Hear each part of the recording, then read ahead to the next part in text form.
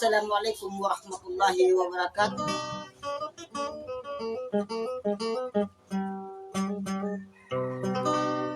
Bang ninakang sikwala so kuna iso manaw sila makalilitad na bukapipya ginawa.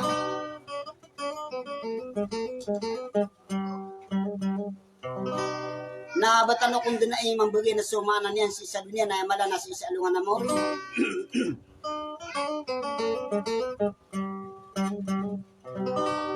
Sa ayaw riyan to mga dato na mga mampunay mga bay.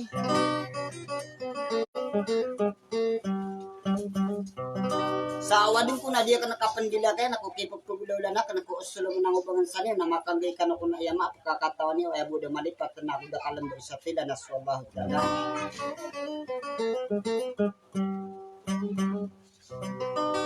Sagi ko na mga idida na siya kung panay-i-pray na rin ako.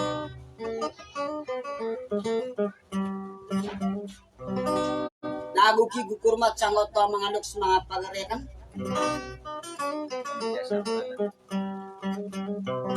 Aso pamilya sa kulala pangaan nasa sisampung nasa gen kay niya luksak na si Haji Sulaiman.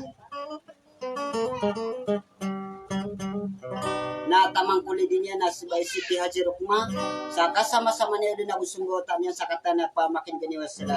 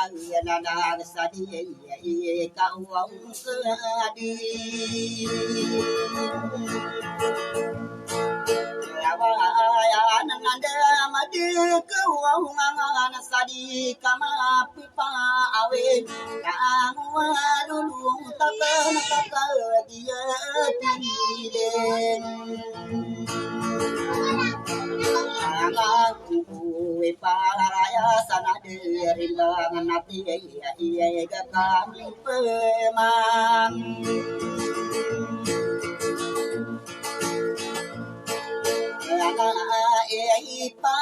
pag sabun dong matang kede pagariku din ka sasalungan tikalo pindo say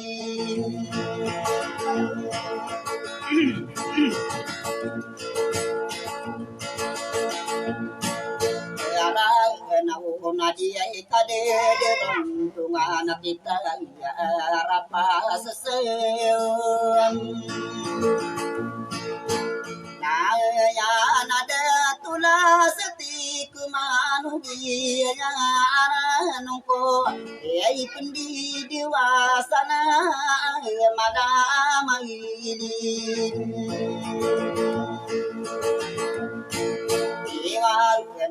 nagpamide sa kunala na yang ini na dia ika panua tuna sa kadera dato uto siya di Sulaiman agusukan didin lama ada bubana anakku tapara mai kuautan tung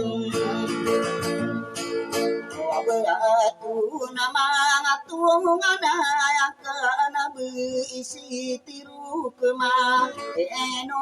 kali otan aku akan buren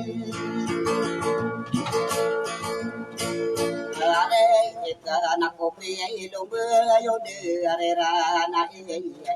no sia ide ton ode eno ge ai duma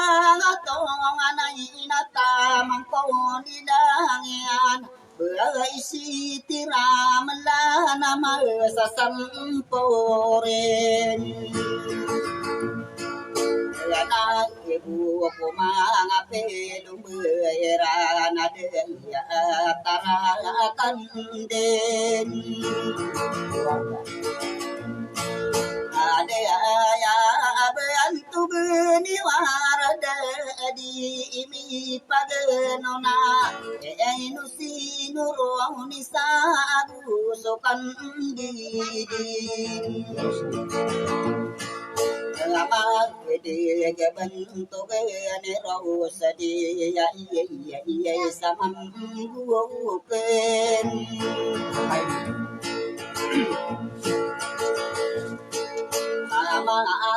Genata masa kanda daya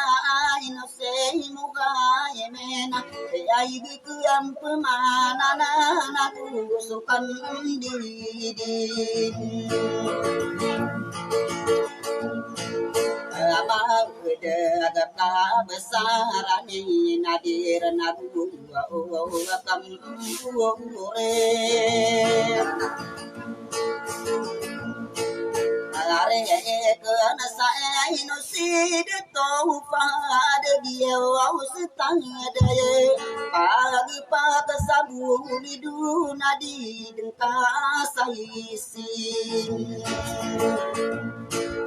Galau anak kapena de nak nasaka ya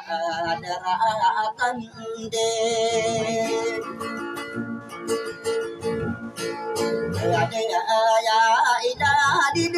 tu mai ya ida gua kembui no le no si de to mai di ya useten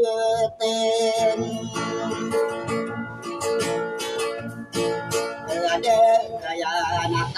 kaya surai non tua wa ya ini Ade ya na okoro ambe uola dani adi kuri mate na wana bensai duma itu Ola na yo pamide sakuna na kakanga adi ariyen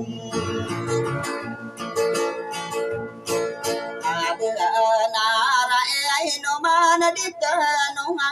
amageri ya ya imama gawida sake poro akin Epa kata tadi imama gede banani ya ka oh no Naso masa itu isa ana masa kia itu pudiena pagi pat sabu lidu ka era apenen ese era naka adara ada tau aya apa ya ngapa kasalebom aduh makadia iya mana saudato abi naku kamuden lagi di benar mampu nalang nguasain Owi iya nadia isara tanatan jana kasaya ratang keom tanu mga pagrini anak kakagiyari benar maula-ula puro marom ulay din Rani anak kamadula wa magana sama niwa anakin Ila ala kada dinasar wa dia nama karya ibu berpikir apa gerinya nakapelaya dinekom Aku kumani sarata tandi anak na mabense Raniyan nakagiyamin daya uwaw namin kasingulingon Pagpagsabuang lidungan na ba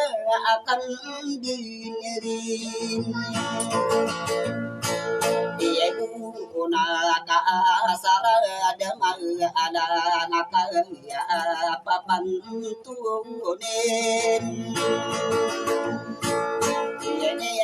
Yo kita lupin dusarana sa sedang kanu